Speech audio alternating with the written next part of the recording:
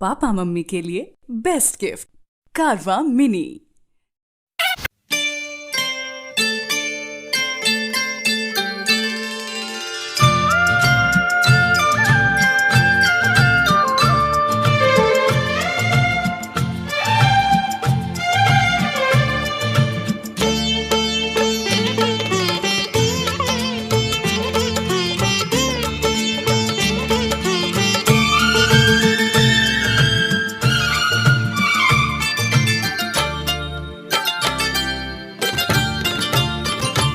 तू ही हो हमारा नशा के दवाई, तू ना मिलबू तो हम मर जाई।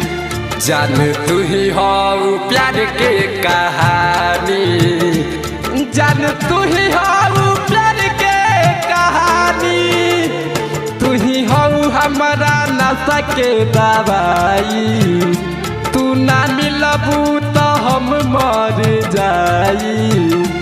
जान तू ही हो प्यार के कहानी, जान तू ही हो प्यार के कहानी।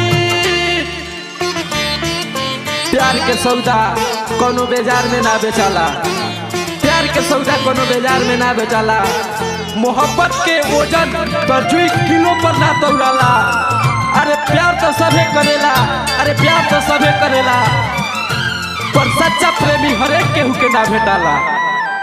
दिल में हमारा सुना करे जा, रोग न कवनो लागी।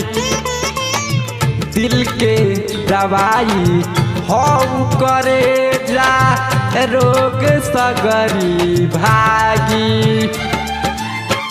सुना करे जा संकल्प भेजा, सुना न दिल के कहानी। अब कहला से कहल ना जाई, तू तो बन गइल बाड़ू हर जाई। जान तू ही रहलू प्यार के कहानी, जान तू ही रहलू प्यार के कहानी।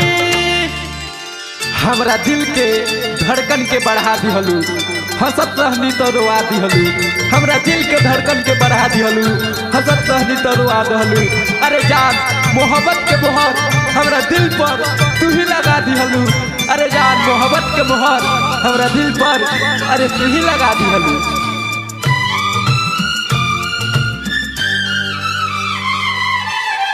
गम के जाम पियनी सुबह शाम, एके टवनिक बुझ के।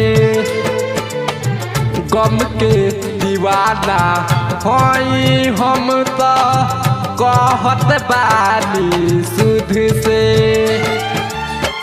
गम के दीवाना हई हम तो कहत बानी सुध से। तू ही हो हमारा नशा के दवाई, तू ना मिलबू तो हम मर जाई।